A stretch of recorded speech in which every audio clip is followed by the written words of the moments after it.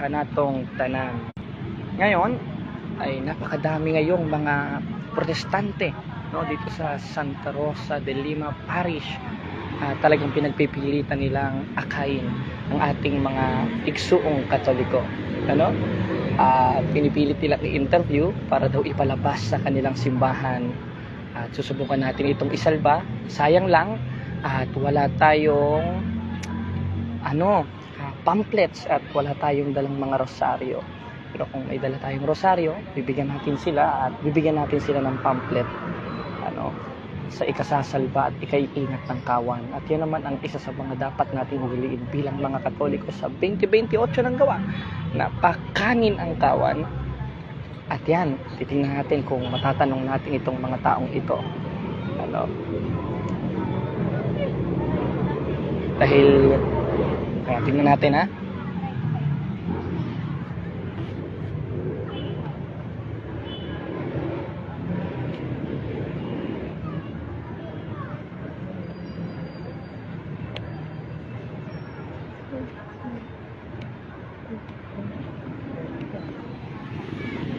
Ayaw nila akong tanungin. Hinihintay kong lumapit dito yung mga protestante sa akin, nang sa gayon ay mahampas natin sila ng tunay na aral at magpapagupit na rin tayo dahil medyo mahaba na ang ating buhok at medyo naging baon na rin. Kaya mga Katoliko kayo, Neng? Mga Katoliko kayo? Sige, ako bahala. Nangaakay lang yung mga yan. Alisin lang kayo sa simbahan yan. Sa pilitang interview, huwag kayo makinig.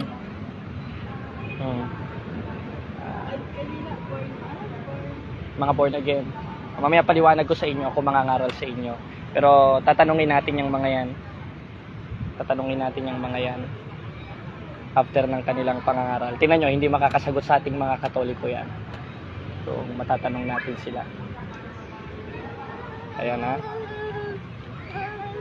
Kayong mag-alala dahil hindi obra sa atin yan. Wag yan. Ayan, ha. Tatayo ako. Subukan kong tanongin.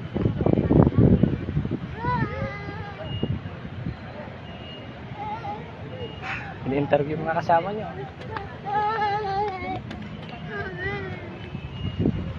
Sige. Ay, wag dyan.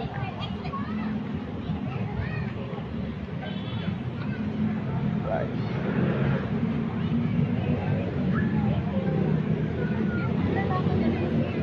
Good afternoon. Ano po nyo? Ano po yung samahan ninyo? Born again Christian. Mga born again. Pwede magtanong sa inyo? Pwede po magtanong sa inyo. Kasi mga Katoliko ba kayo? Lahat kayo Katoliko?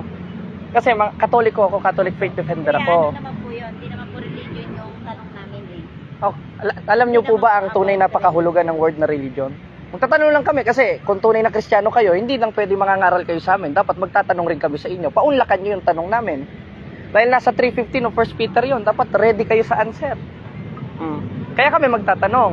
O di ba? Mga Katoliko kayo. Ay, mga Katoliko itong mga ito. Katoliko naman kami, kuya, before. Hindi namin tinatanong. Ngayon, Katoliko ka dati. Opo. Anong ibig sabihin ng latria? Alam nyo po ba o hindi? Hindi naman po kasi kailangan yung mga Latin-Latin. Hindi ko. Ano nga po kahulugan ng latria kung tunay na Katoliko kayo? Nasa doktrina ng simbahan yan. Di nagsisinungaling. O di ba? Nagsisinungaling. Sabi niya Katoliko siya. Tinanong ko sa doktrina ng simbahan, anong kahulugan ng latria? Hindi niya alam. Hindi po kami nakikipagtalo. Hindi kami nakikipagtalo, nagtatanong kami. Nag-interview lang naman po kami. You have no authority to interview. Wala ba kayong miyembro?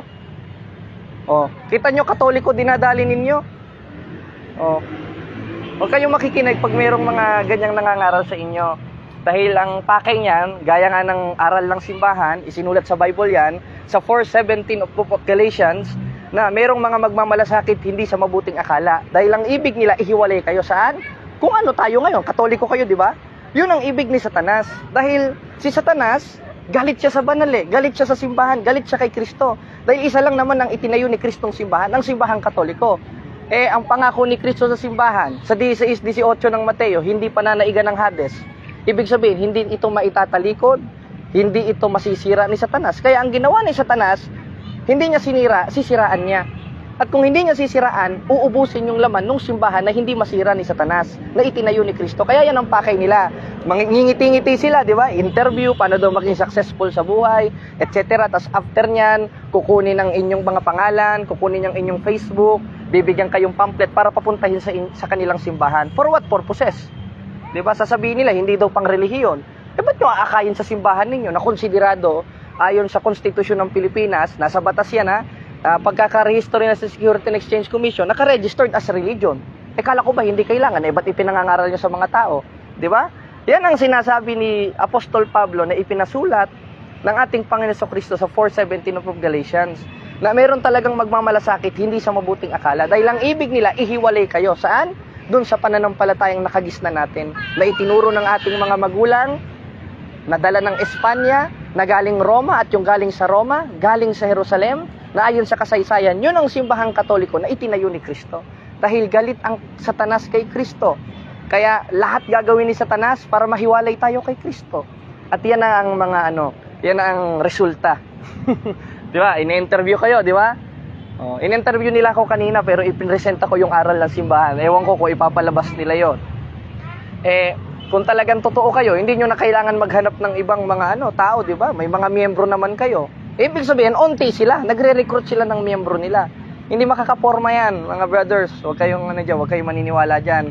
Dahil ang pakay niyan, magbait-baitan, kunin ang pangalan ninyo, ilay hands kayo, pangangaralan kayo ng peking ebanghelyo, yung tinatawag na ibang ebanghelyo, o yung ibang aral na taliwas sa turo ni Kristo na ilagay niya sa simbahan. At pagkatapos nun, pray over kayo, dadaling kayo sa simbahan nila, kukunin ang Facebook ninyo, pipilitin na kayo pumunta sa kanila. Tapos pagtapos nun, maging regular member na kayo, obligado na kayong magbayad ng 10% sa kanila. Yun ang pake ng mga yan. Kaya sila nagpaparami. Kumbaga, scam. May bayad yan. At ang matindi dyan, hindi sila tulad sa Iglesia ni Kristo, kasi yan hindi pwedeng di ka mag-aabuloy, di ba, sa Iglesia ni Kristo. Sa kanila naman, halimbawa, nagkasahod ka 8,000, 10% ng 8,000 mapupunta sa kanila. Pag hindi mo binigay yung 8,000, sasabihin nila, ninanakawan mo ang Diyos. Yun ang aral nila.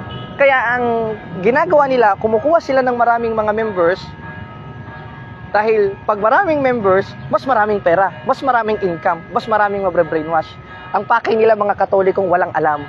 Pero pag may mga alam na Katoliko, sa aral ng simbahan, sa Biblia, sa argumentation, tinan mo, tumatakbo. Parang mga demonyong nakakita ng santo. Di ba?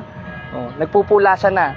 Yan ang yan. Kaya, once na makakita kayo ng mga ganyang klaseng nangangaral, umiwas na agad kayo. Dahil yan ang bili ng ating Panginoon Kristo. Saan natin mababasa yon? Nasa 1:8 ng Galacia.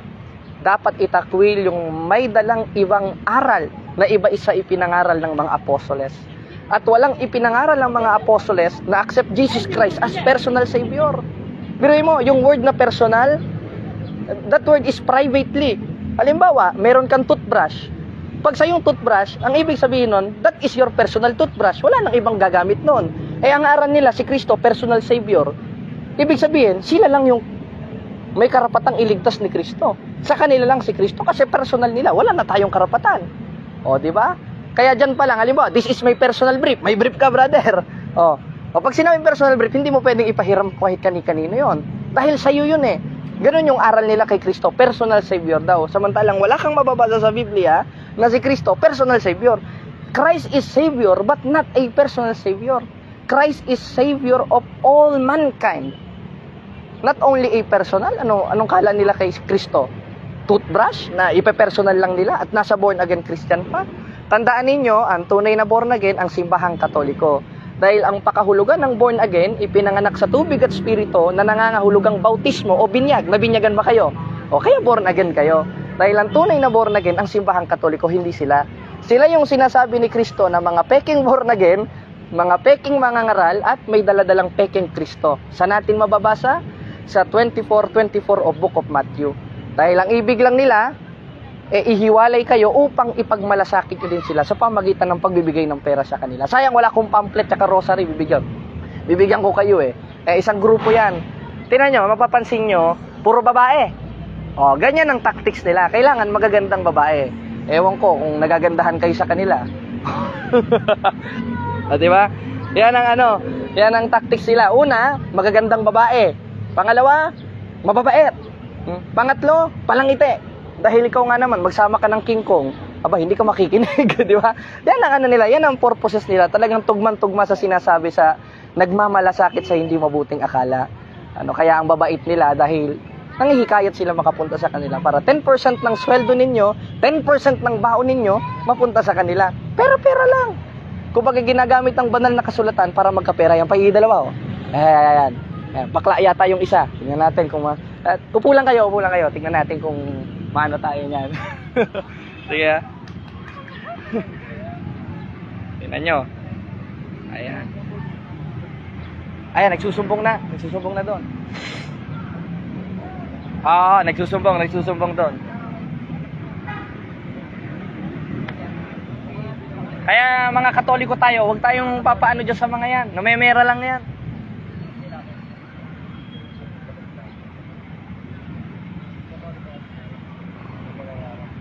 Ayan. Nilalive ko naka-live ako para makita ng ating mga kapatid kung paano mangloko yung mga yan.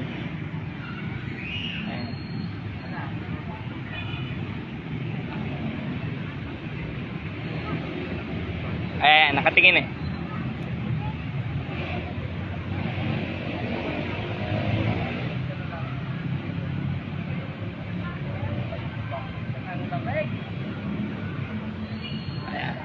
Sasabihin nila hindi na daw mahalaga yung Latin. Hindi ko naman tinatanong yung Latin. Ang tinatanong ko yung doctrine ng simbahan tungkol sa pagsamba, yung word na latria. Hindi niya alam. Kung Katoliko ka, kailangan alam mo yun di sinungaling, di ba? Nagpapanggap silang mga Katoliko para makahikayat ng Ganyan magsinungaling yung mga yan. Tinan mo, nagmi-meeting na. Nagmi-meeting na. Nabigla sila In-interview nila ako Binalandra ko yung aral ng simbahan. Sana i-post nila sa yon. I-post nila dun sa page nila para maraming matuto. Ayan Ayan.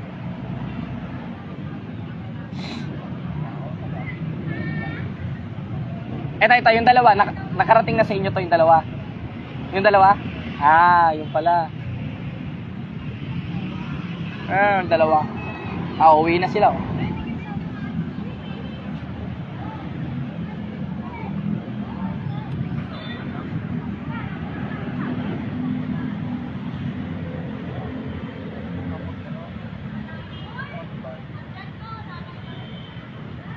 Ayan Pag tumingin, tatawagin ko. Papaturo tayo kunyari. Diyan sila magaling Marunong yan pag yung mga Katolikong walang alam ang nila, yung pangangaralan nila. Pero pag may alam, nako, yan ang nangyayari. Tumatakbo. Madami dito, di ba? Sa plaza. I-share nyo yon yung itinuro ko sa inyo, sa mga kaibigan yung Katoliko rin, nang sa gayon, hindi nila madala. Kasi ang dami nilang nadadala sa kanilang simbahan, nagigipit. Meron akong kilala na lumapit sa akin, bumalik na sa simbahan, talagang nagkaroon siya ng financial problem Nagkaroon siya ng problema pinansyal. Dahil nga, siya lang ang nagtatrabaho sa kanilang pamilya, umuwi siya sa lola niya, siya lang mag-isa, nakukulangan pa yung sahod niya. Kasi, pag hindi ka nga daw nagbigay sa kanila, sasabihin, ninanakawan mo daw ang Diyos. Kumbaga, nilalagyan nila na sa utak yung, ng takot yung tao para makapagbigay ng abuloy, tsaka ikapu. Hindi naman napupunta sa Diyos yun. Unang-una, wala naman Gcash ang Diyos. Di ba? Yung Diyos nila yon. Dahil ang Diyos nila si Satanas. Ayon sa 8:44 ng 1. Ayan sila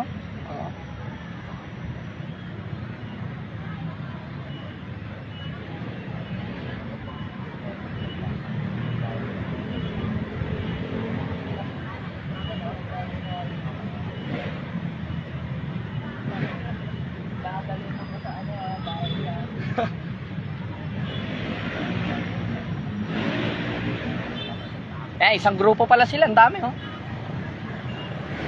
7. Puro babae, lamang ang babae. Ganyan talaga sila. Lamang talaga ang babae. Pero pansin nyo, yung pastor nila hindi lumalabas, nasa bahay lang, naka-aircon. Sila ang pinasosoga, di ba? Ayan. Tingnan natin kung makaporma yan.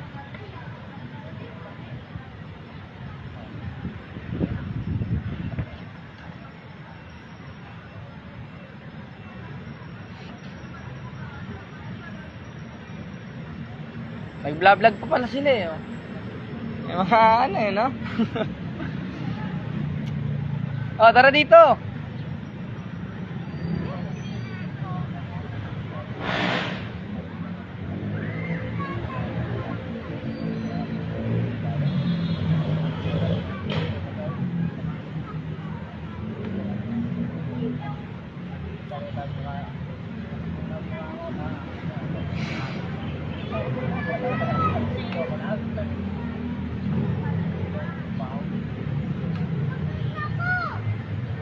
Eh, uuwi na sila. Uuwi na yung dalawa. Pero magkaiba yata yan eh. O magkasama.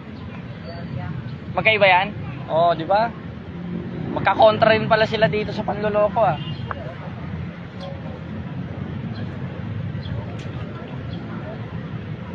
Oh, di ba? Ganyan yung mga yan. Mabait-baitan yan. Kumbaga, di ba, pag mamimingwit ka ng isda, kailangan meron kang pain. Hindi naman pwede ipain mo bomba. Di ba? Siyempre, yung ipapain mo, yung nakakaakit dun sa isda. Yung talagang nasasama isda, ganyan rin sila. Ang tawag nga nila dyan, sabi nga nung kaibigan kong dating pastor, mangisda ng tao. Minsan, magbibigay pa ng mga ano yan. Magbibigay pa ng mga pera yan. Magbibigay pa ng tinapay yan. Kasi doble ang balik sa kanila once sa sumama ka eh.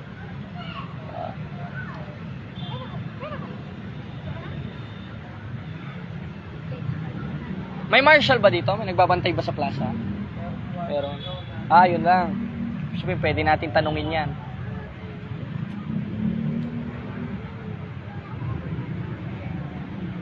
Lang ha?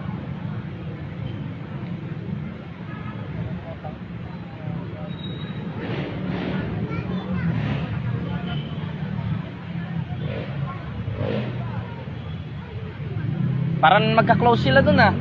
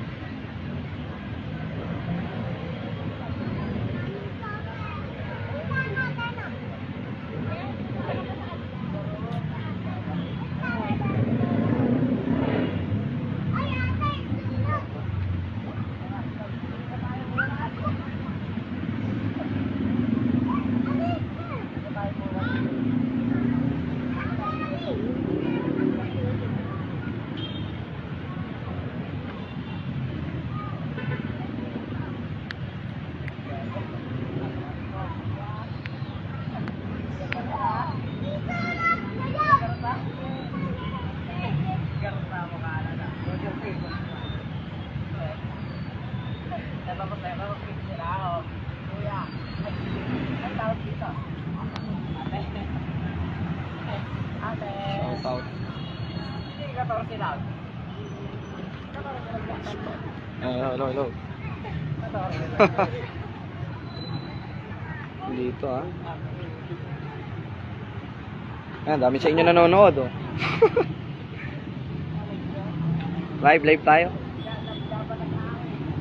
Subukan kong tanungin lahat. Tingnan mo, magpupulasan yan. Tingnan nyo ha.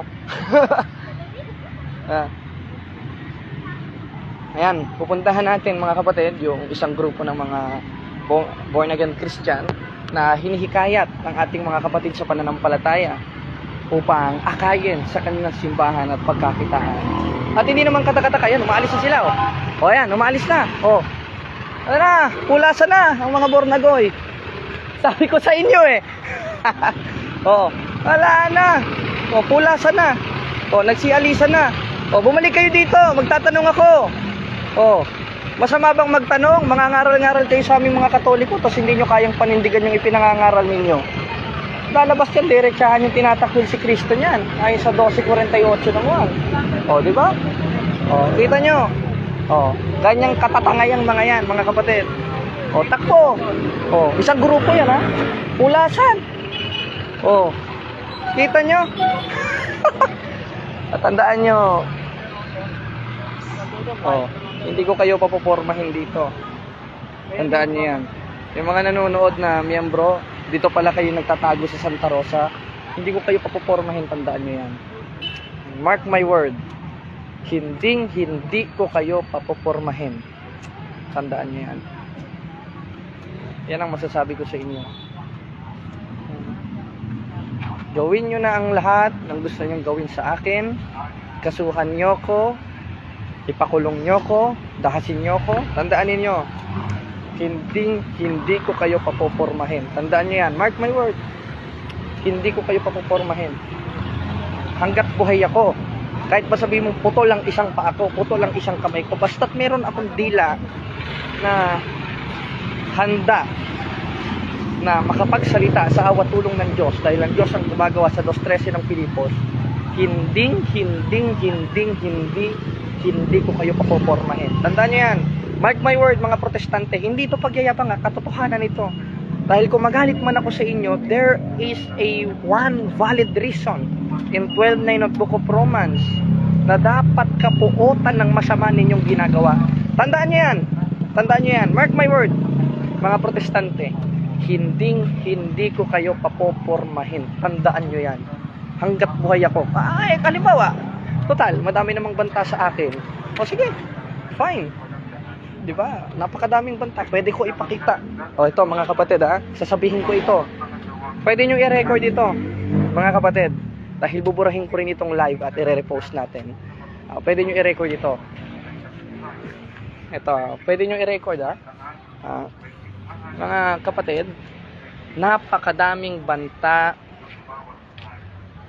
sa akin. Ano? Napakadaming mga death threats na ating natatanggap galing sa mga protestante. Rason? They are all out of argument. Nadadali ang kanilang negosyo. Insecure sila sa nangyayari ngayon sa kanila.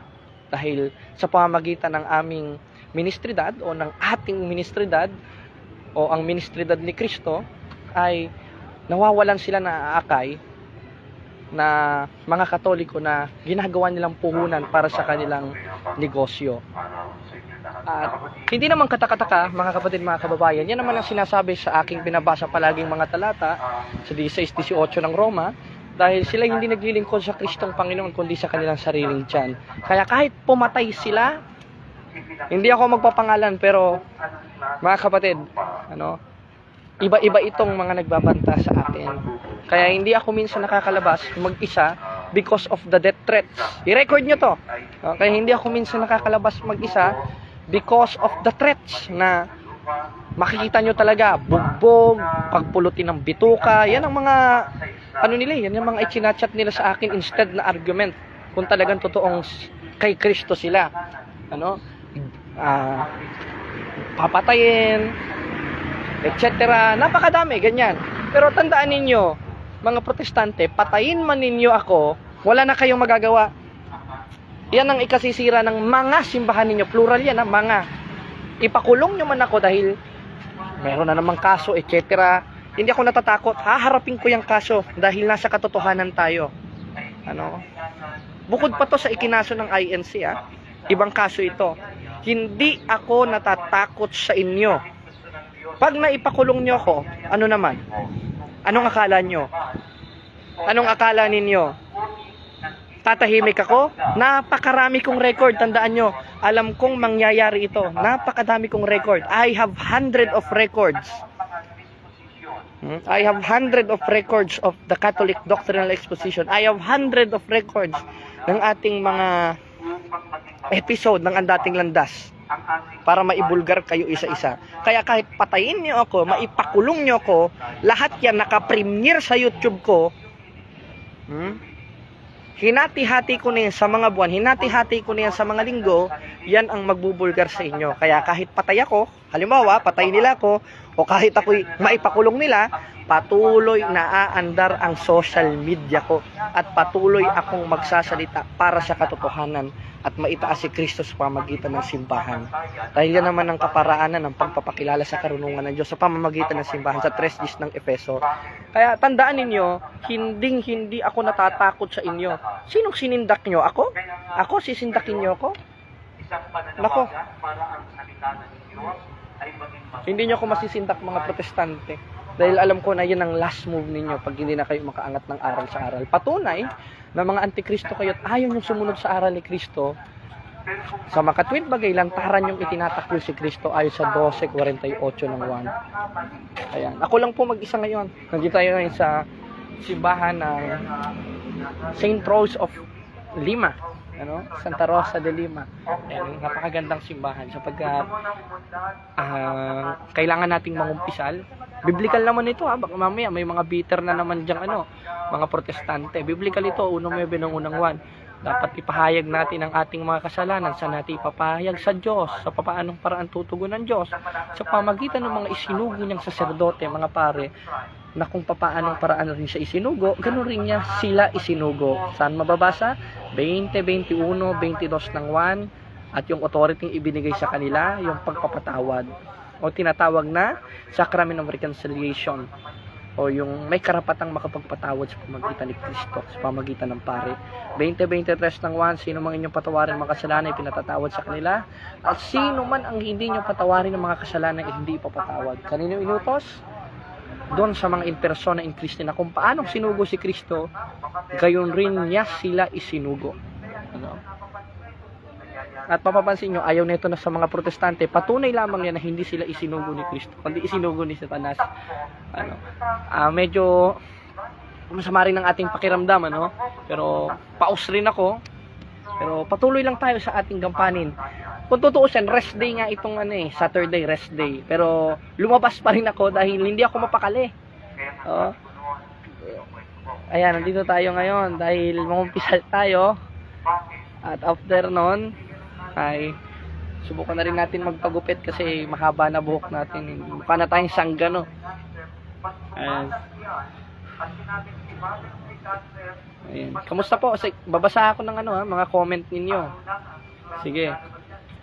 Cyril Montilla, ang mga kulto, budol yan. Pag naakay ka na, siguradong may 10% ka ng obligasyon sa kanila. Lia Enderes May Harris. Ayan. Brother Chris Montadraya Jr. Hello po. Israel. Kamusta po kayo? Yung mga nag-send ng stars. Grabe Ano pa to? Ayan. Carlon Ruado Tanton. Ayan. Okay. Baby Mine Cueva. Hello po. Gabriel. Hello mga kapatid. Joven Rivera, Martina Mac B Bride, ewan ko kung ano dito Bernie Rivas Alcantaraal, hello po sa inyo. Nino Abad, I love you brother. I love you too brother. Mahal ko kayo sa tunay na kahulugan ng pag-ibig. Kaya mga kapatid, sanay na tayo sa kanilang mga threats, Sanay na tayo sa kanilang mga banta. Almost everyday nakaka-receive tayo ng mga banta, pagmumura, etc. Pero hindi ako natatakot sa mga yan. Nagkamali sila ng takutin. Nagkamali sila ng tinatakot. Ano naman kung maipakulong nyo ko? Ano naman kung makasuhan nyo ko? Ano naman kung mapatay nyo ko? Ano namang sa inyo nun? Ano namang ikaliligayan nyo nun? Ganun pa rin naman. Wala namang pinagkaiba kung maikulong nyo, kung hindi nyo ako maikulong, magkahayag ako ng katotohanan. At mas maganda yon kung sakaling ako makulong, doon tayo mangangaral sa kulungan. Pero ililigtas natin yung mga kapatid sa kulungan na pinangangaralan ng mga born again Christian. Di ba? Hingi tayo ng appointment sa pare na nandun sa ministridad sa kulungan na tayo magtuturo sa awa tulong ng Diyos. Sapagkat yan lang naman ang alam kong gawang mabuti. Yan naman ang purpose ko. Kaya ako naging tao magturo, magsansala, sumaway, at mag-serve kay Kristo sa loob ng kanyang simbahan. Romeo Española, Rondian Jr., Saiv Velaroso, Bonifacio Cis Leo. Kamusta po kayo? Patch Martinez, mayong hapon ninyo diha. Dong Jared, watching from Alcoy. God bless you always. Ug tanang mga kauban. Ayan.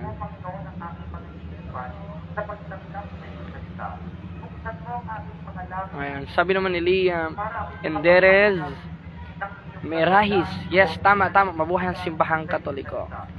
Sabi ni Kabagyan, sabi, may na-upload na po ba kayo na kalaban ninyo? Opo, meron. Ano po natin, naka-premiere pa ito sa YouTube. Kapatid na Kabagyan. And comment po kayo. Dito tayo mag-usap-usap, mga kapatid ko. And habang nandito tayo ngayon sa labas ng simbahan, dahil di tayo karapat dapat, dahil wala tayo sa estado ng grasya. Kaya medyo hirap rin tayo sa pagde-deliver ng mga argument, pagde-deliver ng mga talata at mga logic. Dahil di tayo ngayon kinakasihan ng Diyos dahil napighati natin ng Espiritu Santo sa pamamagitan ng pagsadya sa ating kasalanan. Hello po.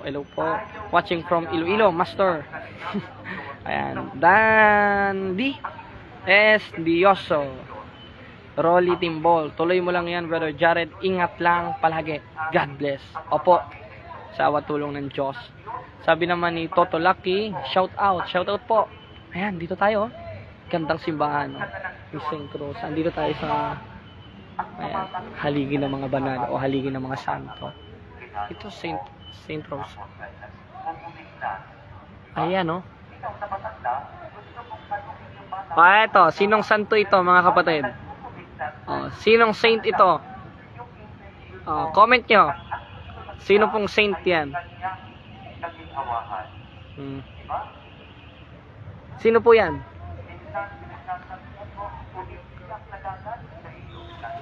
Ayan, ano nyo? Parang ano yan, Apostoles. Sino po yan? Ito, sino to? Ayun, sino yun?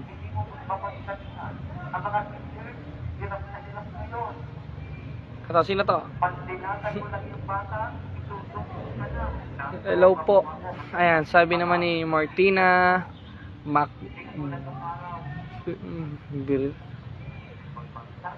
sabi ni Tantan Garcia, pa-shoutout from Camarines Sur, God bless.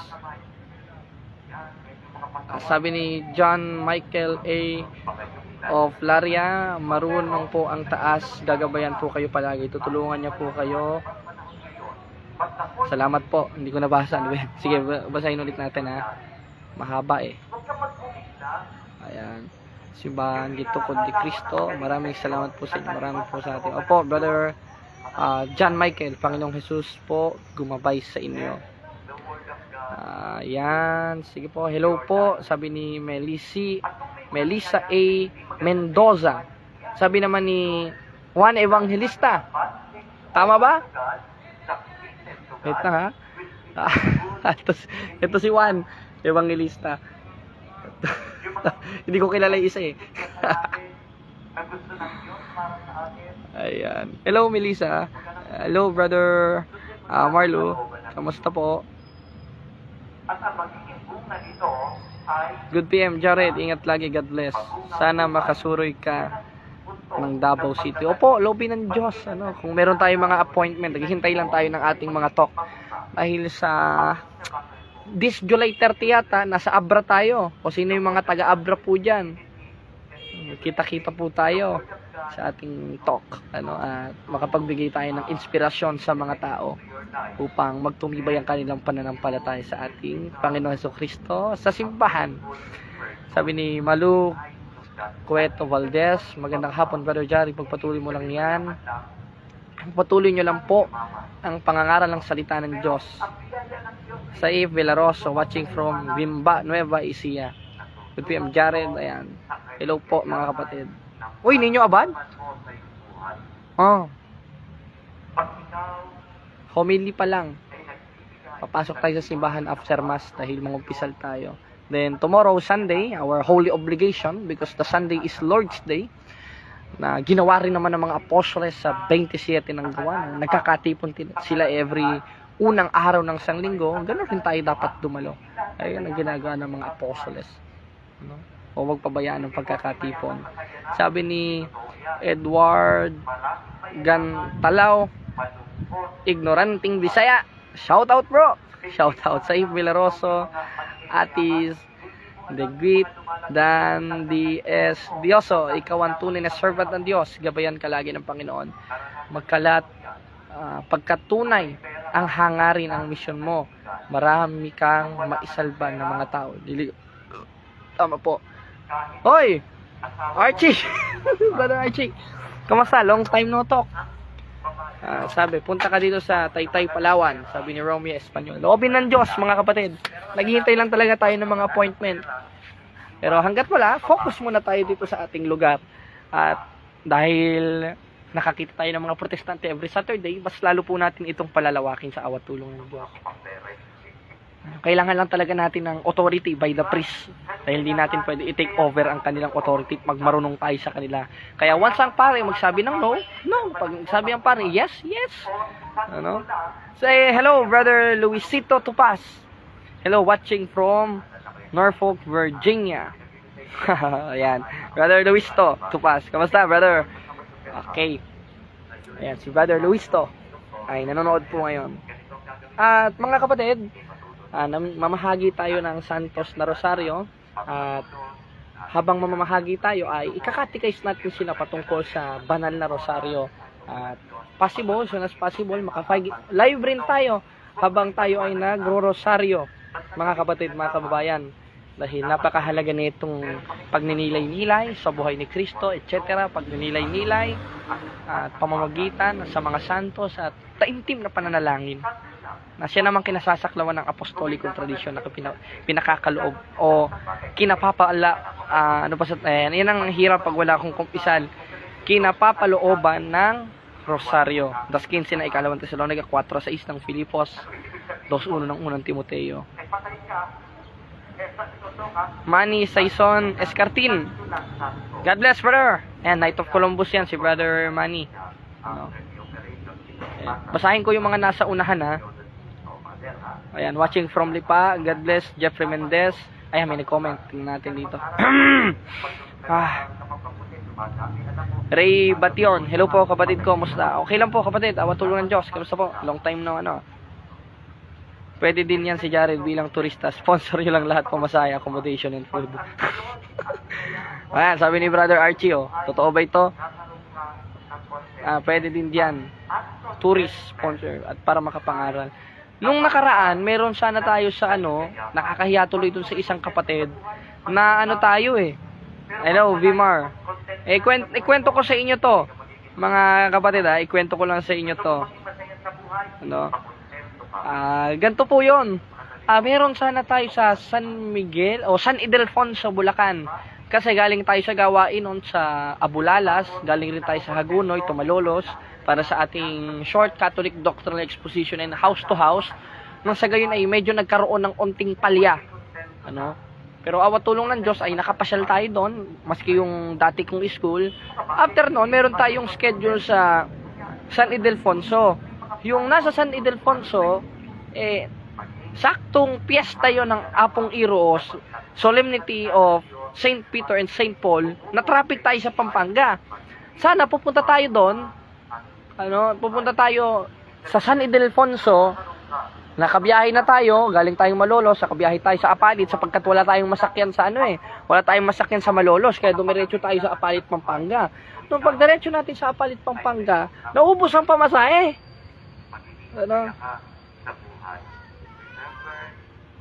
Diba?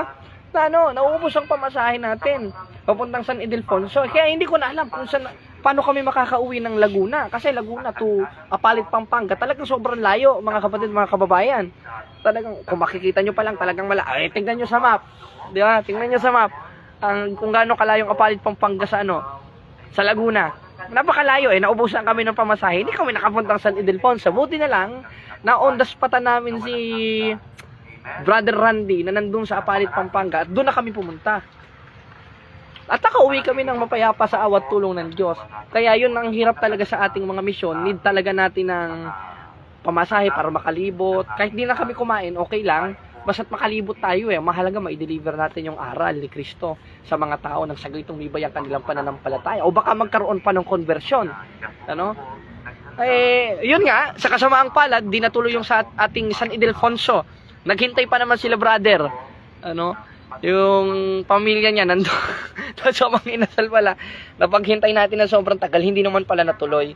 Pero as soon as possible, kung tayo ay magkaka-budget sa awa tulong ng Diyos ay pupunta tayo doon. Promise, brother, ipangako ko sa iyo to. Makapunta kami diyan. Nag-iipon lang tayo talaga ng pamasahe. Ngayon, ang hirap talaga. Grabe. Ako tanungin nyo.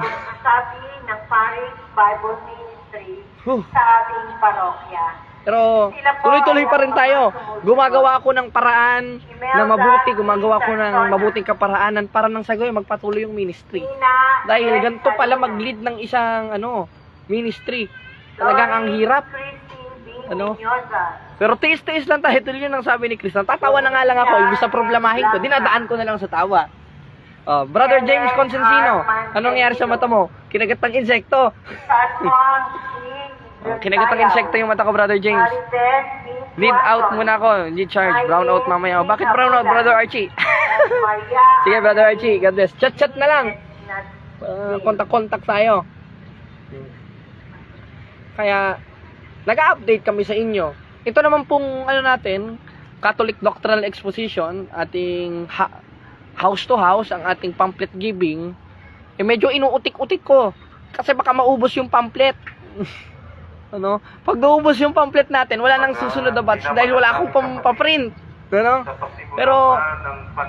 talagang pinagpuplanuhan ko, pinaghahati-hati ko yung sa pamphlet, sa pagkain, sa ministrydad, sa pamasahe, etc. Nang sa gayon, yung ministry, tuloy-tuloy ang andar. Para ako nagpapatakbo ng isang bansa. Si Bongbong Marcos. At nagipamuhay sa atin upang mabigyan kaganapan ng dakilang plano ng pagtubos. Yun po. Si Jesus ang salita ng Diyos. Sabi ni James Jose, marami ang magsalubong dito sa iyo sa Taytay, Palawan. How? Mga brothers? Lobby ng Diyos, makapunta tayo dyan. Itangulat lang ako. Pagtatalaga ng sarili sa pag-aaral. Pagnililay Ayan. at pagpapalaganap ng salita ng Diyos. Ayun. Kaya, hindi ko alam, pero basta yun ang ginagawa ko. May guidelines pa rin ang ating kura paroko, ang ating pare. Hindi ko gaano nakakausap ang ating kura paroko o parish priest. Sila Father Raul, ang aking nakakausap. Sila Padre Egay, medyo lang, moderately. Pero as soon as possible, gagampanan naman natin yung ministry ng maayos. Ngayon, meron tayong pag-aralan at ipahayag. Meron tayong yan? Saan po yan, brother? Sabi ni Tio Dolo at Luisito. Dito sa St. Roso de Lima. Ako lang po mag-isa dahil wala ang ating rest day nila ngayon. Ako lang muna ang kikilos para sa gawain sa Panginoon, Brother Luisito. Ayun. Kaya wala akong mapagdaingan nito. Kayo lang ang mapapagdaingan ko, mga kapatid, dahil kayo lang naman ang makikipagkaisa sa ating gawain na ito. Ayun nga, talagang ito natin dito. Tunay na tumimo at magbunga sa Wait lang. kanila ang salita inihasik ng Diyos.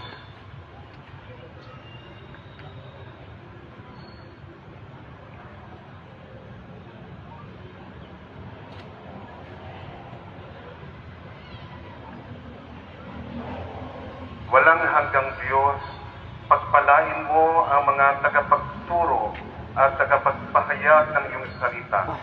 Sa kanilang pag-aaral at pagdinilay, Ayan. ang banal na kasulatan. Ingat dyan, brother. Ingat. Palakasin mo ang kanilang Ayun. pananampalataya Yun nga. upang At maipahayag at may sa buhay nila ito. sa Bro Jared, punta ka rin Puerto Princesa, hanggang mamanas ang iyong Palawan. at O Puerto walang bago Princesa sa City, kanila. Palawan. Opo, lobby ng Diyos. Lahat yan at natin yan. Puntahan natin yan. Salita at aming Panginoon. Ayun. Yun po ang ating Minamahal na mga kapatid, Ngayon, ang ating sambayanan mga kapatid, sa parokya ito, narito ayun lang ang ating kasama live ngayon. ng ating Parish Bible Ministry. Pasalubungan natin sila ng pagtanggap sa pamamagitan ng ating mga palakpak. Archie Jackson, sana di ba na medyo din na. Naku! So sila po ang mga dumaan. Kahit ako lang Brother Archie. Kung tutuusin, hindi ko mag-als na lang siguro. Nakatayo din dito dito. Pero ayoko talaga iwan ng ministry. Ito namang mga kasama ko, walang problema sa kanila kung magaganyan sila. Pero ako, ALS, nang sa gayon, half yung time ko, isa sa school, isa sa ministry. Sila po ay nagbibigay ng mga Biblia.